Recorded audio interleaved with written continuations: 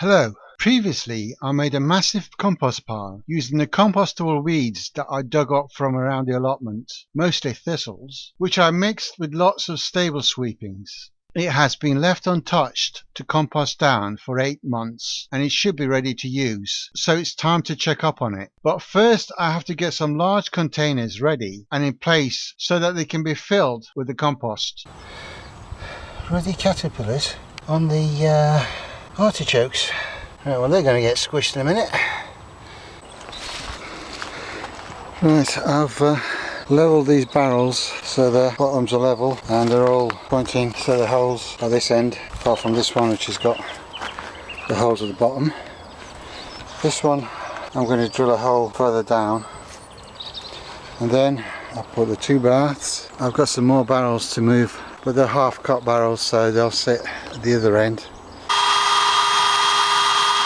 I just drilled a couple of holes there and there.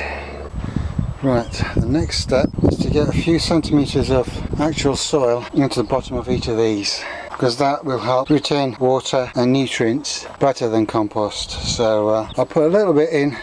Fortunately, we've got a mound of earth over in that corner where I dug up all those trees and things, so there's a huge mound in there. I'll use some of that to fill these.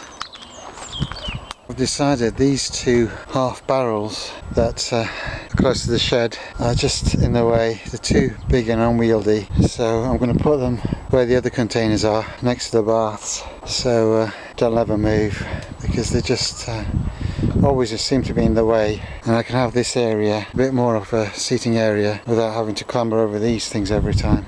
One's going to be dill, the other one I haven't decided yet, and they don't need to be easy access. Fortunately, I hadn't filled them to the top, so they're only half full. That one I was just putting stuff in, so it was used as storage rather than growing anything, so it's best to move it now before I start planting in it.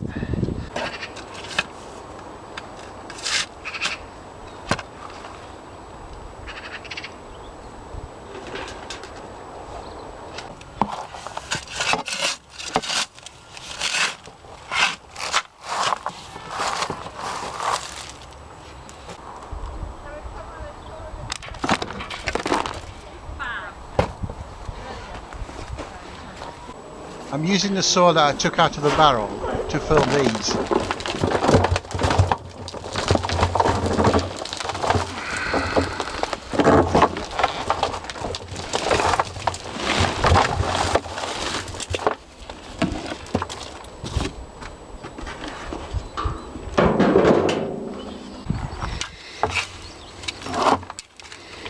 And just levelling off the soil in the bottom of the barrels.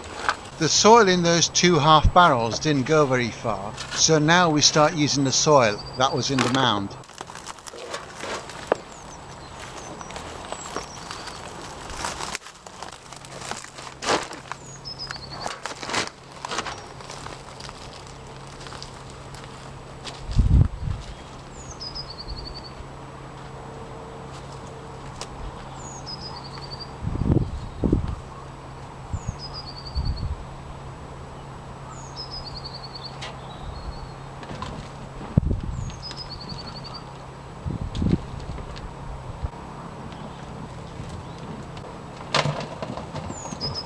I put a few centimetres of soil into the bottom of each one, so it's going above these holes, and when I put the liquid plant food in, because it's clay soil, it does a better job of absorbing the nutrients from the liquid plant foods, so the parsnip can root into that and suck up the nutrients. So all of these are done.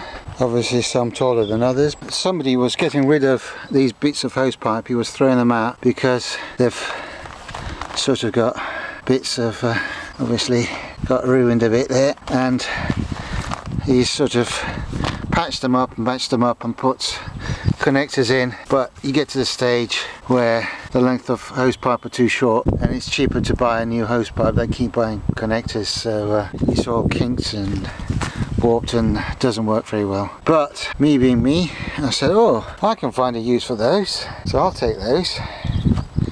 And what I'm going to do is use these to pipe the liquid plant food into that from the top of the container. It'll become apparent once I put one in. The pipe, rather than have it go straight down the middle, because then it would get in the way, I'll have it going down side here, along this side, and halfway to the middle, and that way I can just pour the feed in from the top.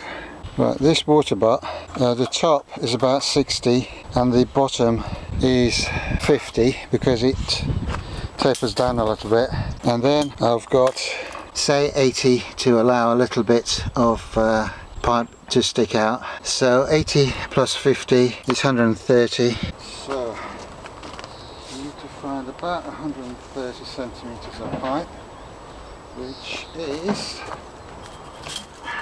oops, sit still.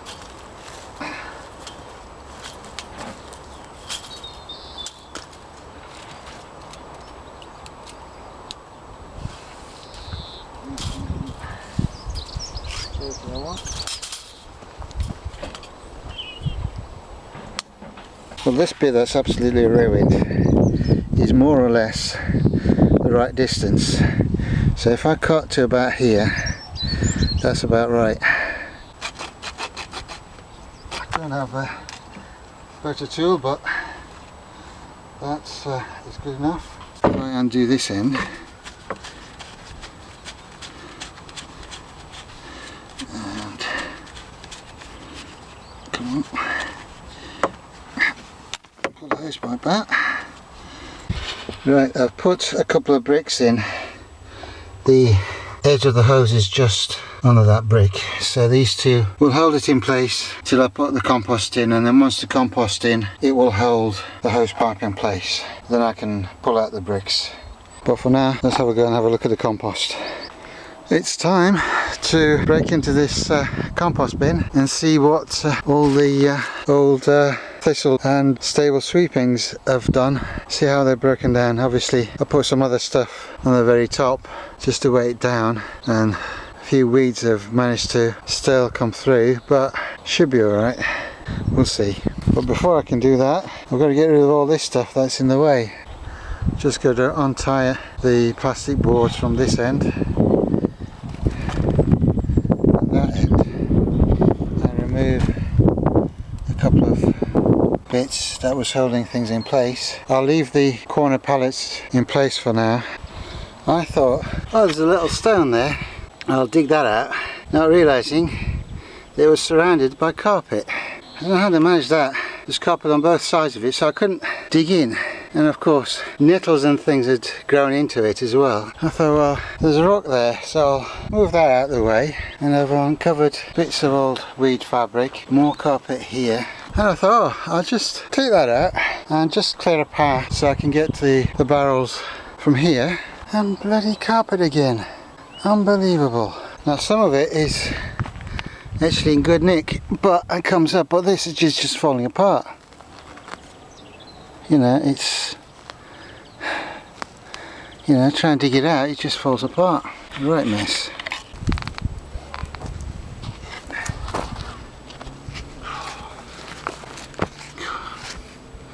That was buried that way around. So only that bit of it still sticking out.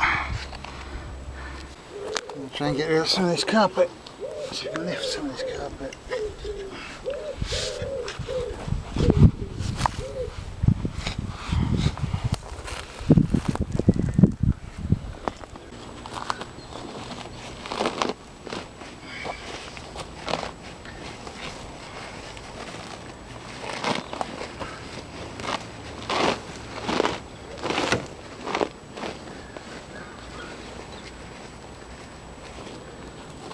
Yeah, they say weed fabric stops weeds coming through. Like bloody hell it does. Look at it. And it's going under the compost, so I'll have to try and pull the rest of it later. But I mean, it's all tangled up and mess. At least I didn't use carpet that bit. Small mercies. I have got sort of a clear path. Pull the rubbish that was in the way, so I can get wheelbarrow from here to there. If I pull these that are holding things in place, I should be able to pull this plastic out. Okay.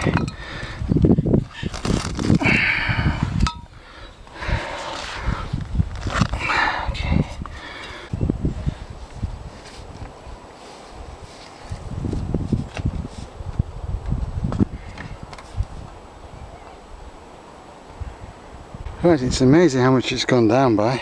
It was up to the top, and then I put some branches on top, so it's gone down to about almost a third of what it was. But looking at it, it's actually really broken down really nicely. I was going to sieve it, but it doesn't look like I need to. Really pleased with that. Right, I've got two sieves. This one is 1 centimetre and this other one is 1/2 centimetre. So that's really fine stuff. And this is the not so fine stuff, but it'll do. So let's have a go and see what we've got.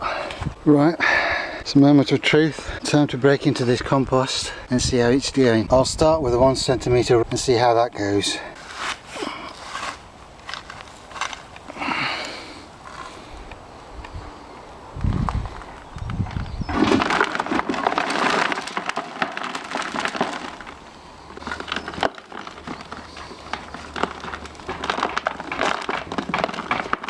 Few lumpy bits, but most of it, and this, bear in mind, this is the stuff on the edge, on the outside, so the stuff on the inside should be better. Yeah, there's quite a lot's going through. It's mostly gone through the 1 centimetre mesh wire. There's some bits left, and these, if I try and push through, most of it will go through, but it's just a bit wet and lumpy together. But I'm not counting that as fully rotted down, so that can go into something else. But yeah, pleased with the results, considering I didn't turn it or do anything to it. I think this compost might be a bit too rich. Unfortunately, we're in the middle of the lockdown and all the shops will be closed for weeks, so what I've got to do is use what I've got. And what I've got is this, and I've got soil, so I'm going to mix this with some finely sifted soil so it's not quite as rich, because these are big.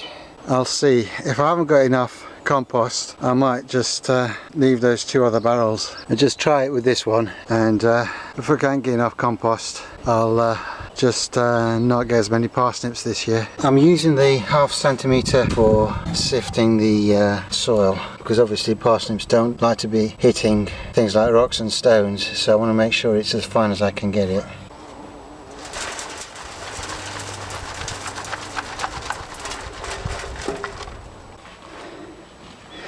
When I've sifted it, it's quite nice fine stuff. There's no stones or anything in there, but it's a lot of hard work to go through that fine sieve, so I'll have to just keep going. And then you put it in there and it just disappears. There's a lot of work, but gotta carry on.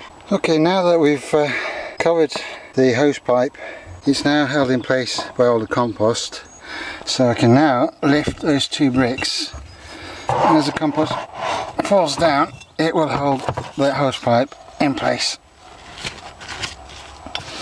And as I fill it, the hose pipe will stay where it is. That should stay in place now. These are the 5 potatoes from Asda that started chitting in the bag, so put them in the windowsill and they've chitted nicely. I've got 2 pots.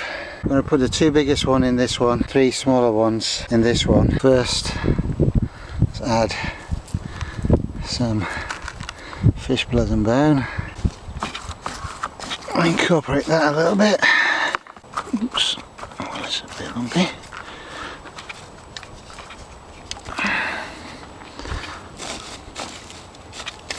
Now the stuff I put on the bottom of this is a little bit rougher than the other compost, but the potatoes don't mind sitting on that for a bit, and by the time the potatoes are done, that will be compost. These are the 2 biggest ones, and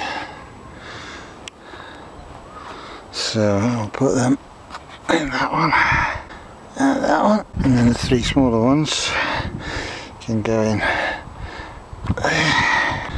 there. There's a little bit of grass that was growing in it, but I've turned that sod upside down, so that'll go and decompose. Okay, a bit more compost, just a touch more blood, fish and bone. I don't need to incorporate that. Chop off more compost, and that's it. The same with the other one. Maggie gave me some more artichokes to eat. Then when I looked at them, some of them have started to sprout, and she's clearing out the bed of artichokes. So I thought, well, I'll put another 3 in to back up the ones I put in earlier, just in case those fail. I've got these 3 to fall back on, as I won't have another supply of artichokes again. These 3 artichokes are going in just on the compost, no additional fertilizer or anything. Should be enough in there for them. That's those artichokes in. I've left a little bit of room at the top, because obviously once the tubers start forming, it will push the soil up, and I wanted to have a little bit of space. Just pull these little thistles out of the compost where they'd seeded, and you can see along the roots. I mean, that's my glove, and you can see it's twice the length of my glove, and then you see I broke the root, so the end is still in there, but they do have very long roots. But obviously in this compost, because it's nice and soft, that came out, but the bit that was actually managed to get into the ground, into the soil underneath the compost heap, that bit's broke off, so I'll get more thistles next year. I was given a bag of spare second earlies by someone who'd planted all they wanted and had some left, and they're all chitted, so I'm going to put these in. I wasn't planning on putting any more potatoes in, but it was either that or throwing them away, so I've got a few spare pots, so we'll see what happens.